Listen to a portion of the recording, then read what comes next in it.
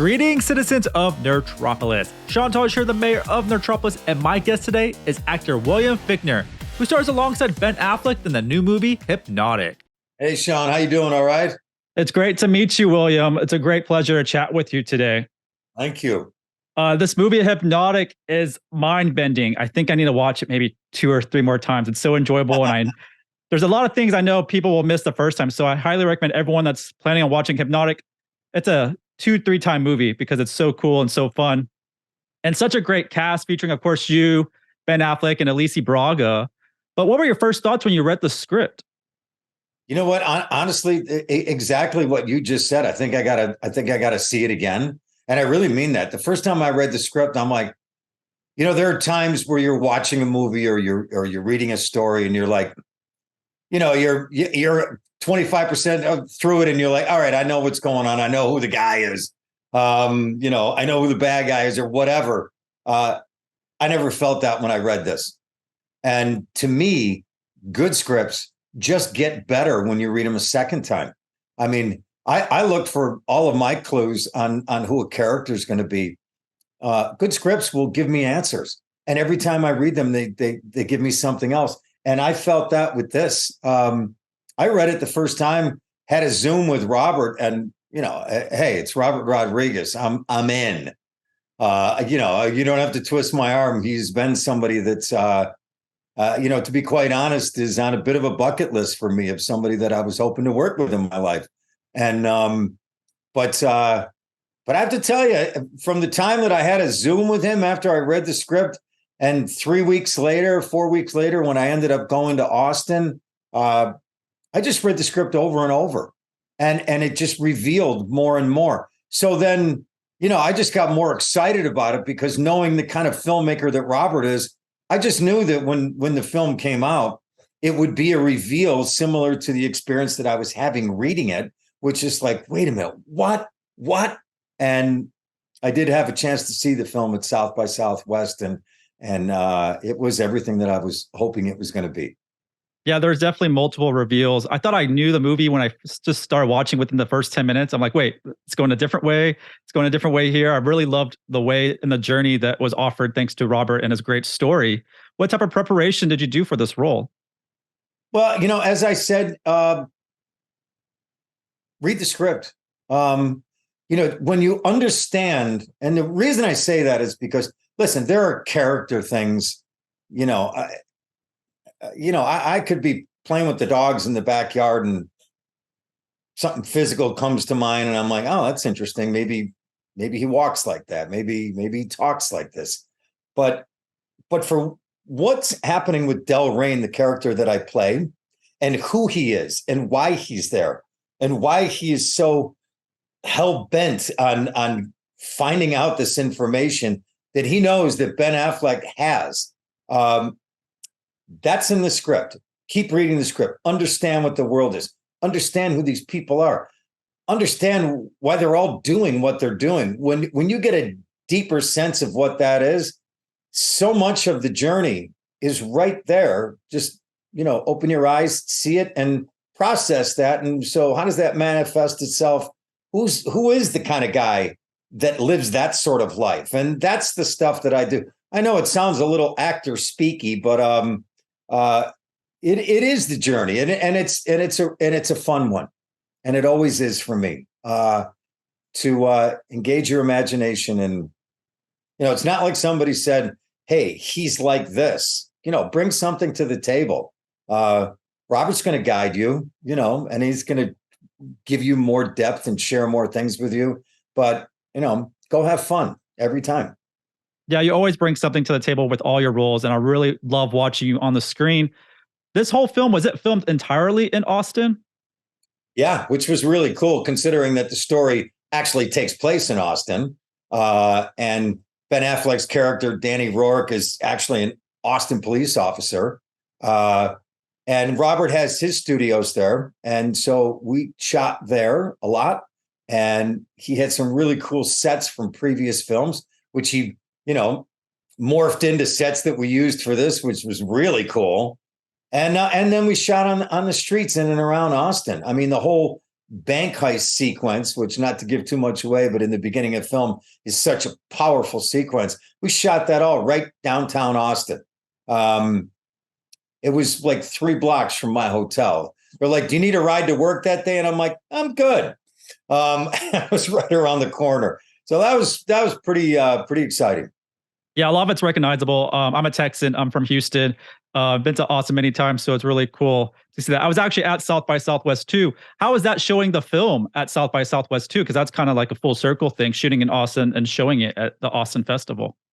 Well, I don't know what the plan was, but all I know is that it was only like a week before the screening that Robert announced, he's going to do what he called a work in progress screening at South by Southwest. Originally, I had other plans that I wasn't going to be able to make it, and then the plans changed a couple of days before the screening, and I'm like, oh, my wife actually suggested, she's like, just get on a plane and go and see the film, will you? So I flew down to Austin, had a chance to see Robert, which is always a pleasure. A couple of the actors were there, and that I had never worked with before, and I had a chance to see them and all the people that worked on it, and not to mention the fact that it was in the beautiful old theater on Congress Street, and it was me and 1,300 other people in this old theater watching this film for the first time, and I certainly didn't sit back with critical eyes. I was an audience member with everybody else. I was just fascinated to watch it. And it didn't disappoint. Yeah, that's a great theater to watch it in too. Very the old. one I'm talking about, yeah, right? It's very historic. Yeah, it's right down there. It's beautiful, just absolutely beautiful, and the movie played incredible in it. Yeah, it's a great experience. Like you said, Robert Rodriguez directs this film. Amazing director, fellow Texan. I heard you say one time that he's like one of your top 3 favorite directors that you've worked with. Absolutely. What makes him stand out? The thing with Robert that I found so exciting, well, I found out after we wrapped and I actually had a chance to work with him that, that Robert, indeed was, there are people that you hope you get a chance to work with. And Robert was certainly on that list for me, a bit of a bucket list thing to get a chance to work with him. But I didn't work with him yet. So when I worked with him, then I was able to say, well, that was one of my top experiences that I've ever had with a director. Not only was it a top desire to work with him, but then it ended up being everything that I would have hoped it was. And I think with Robert, I know for a fact with Robert, he has such interesting vision about the films that he makes. It's just so excited to be in a Robert Rodriguez film. And I think more than any other film that I've ever worked on, I literally would come to work in the morning, and not that I didn't, have my own ideas and preparation, things I'm thinking about with characters and all of that.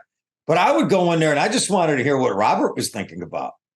Because, hey, Bill, let's try this. And all I really wanted to do at the end of the day or the beginning of the day was just find exactly what it was that he was looking for. Because I had that sort of trust in him as a director, and really happy to take the journey.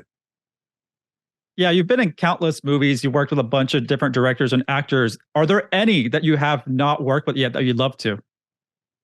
Sure. Yeah, I mean, as far as actors go, that list is hundreds of people, and I really mean that. I mean, there's so many people that I watch, and I'm like, oh man, they're so good. So yeah, as far as that goes, yeah, and that goes with directors as well. There's so many people that are just so, and there are people making films, every day. Directors that have made one film, and I watch it, and I'm like, okay, that was really amazing. It's almost unfair to like throw a name out or two because there really are so many. That is true. And you work with so many. You worked with another Robert Zemeckis with Contact. Great. One of my favorite sci-fi films, actually. And I love that your character's name is Kent Clark. A little bit of play of Superman. Right? Yeah, I love that, being a nerd, obviously. And another sci-fi film that I really enjoy is Armageddon. And being in Houston, you filmed some parts down here. Is that correct? We did. We shot at Houston Mission Control. and those facilities there, which remember, this is a Jerry Bruckheimer produced film, and the Department of Defense, if they like what you're doing in a movie, they can help you. And they helped Jerry, on movies like Black Hawk Down that I worked on, and played a little cameo in Pearl Harbor and Armageddon. So we not only got to shoot at Mission Control, but at Cape Canaveral, Edwards Air Force Base, where it all began. And but I always remember one thing in particular with Houston, because they gave us access to the building that has, I believe it is the largest freshwater indoor body of water. It's the pool, where they put a shuttle in it. And if they balance the suits right on the people that go inside, it's the closest thing that they can get to replicating space and a weightlessness. And I just remember seeing that blue water, and there's this inner tower where there's all these technicians in it. And it's about 3 or 4 stories high. And I thought, I mean, if I worked here, I'd get on top of that. Who doesn't want to jump in this most crystal clear water? And I said to somebody that was working there, I said, does anybody ever jump into this? And he goes, on your last day. And I'm like, oh, you mean on the last day it's a tradition? And they said, no, because it's your last day. I'm like, got it. Okay, well, I'm not going to do that today. I got to fix this movie. Yeah, and that's a fun movie. And I'm not sure how accurate this is, but I heard that NASA shows this film during like a management training program and asked the managers to spot as many errors as possible, because obviously it's a fictional film. And but they use the movie for training, I heard. So that's a kind of cool thing if that's true. Well, listen, some movies, just for, a lot of different reasons, but they stand the test of time.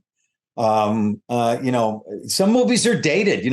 We've seen films from the 80s and the 90s where you go, oh my God, it's just so last year, it's so old and everything like that. Armageddon still plays, and Contact still plays too. I watched it last night, and I was so nothing. I think that a movie like Contact, if Contact was to come out today, I think it's just as good as the day that it came out.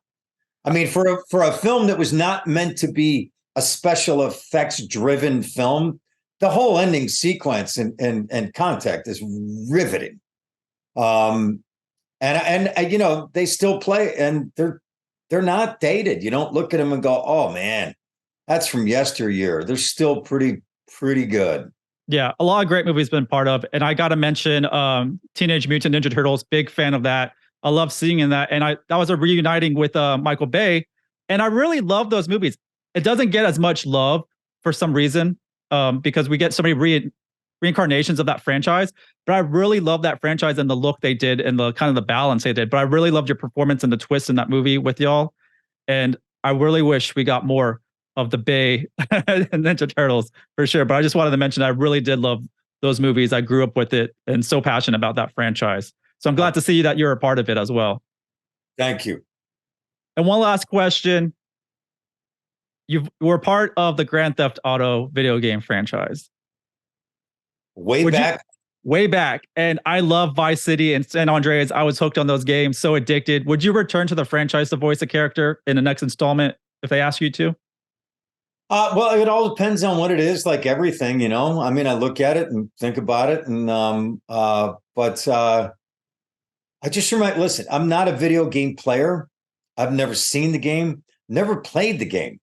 I think one of my sons somewhere in their life said to me, quoted some line or something. I'm like, where'd you get that from?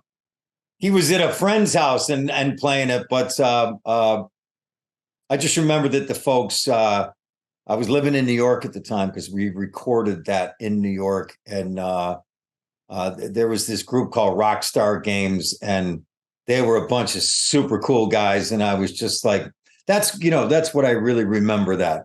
It was a guy named Jamie King, and he was just a real gentleman.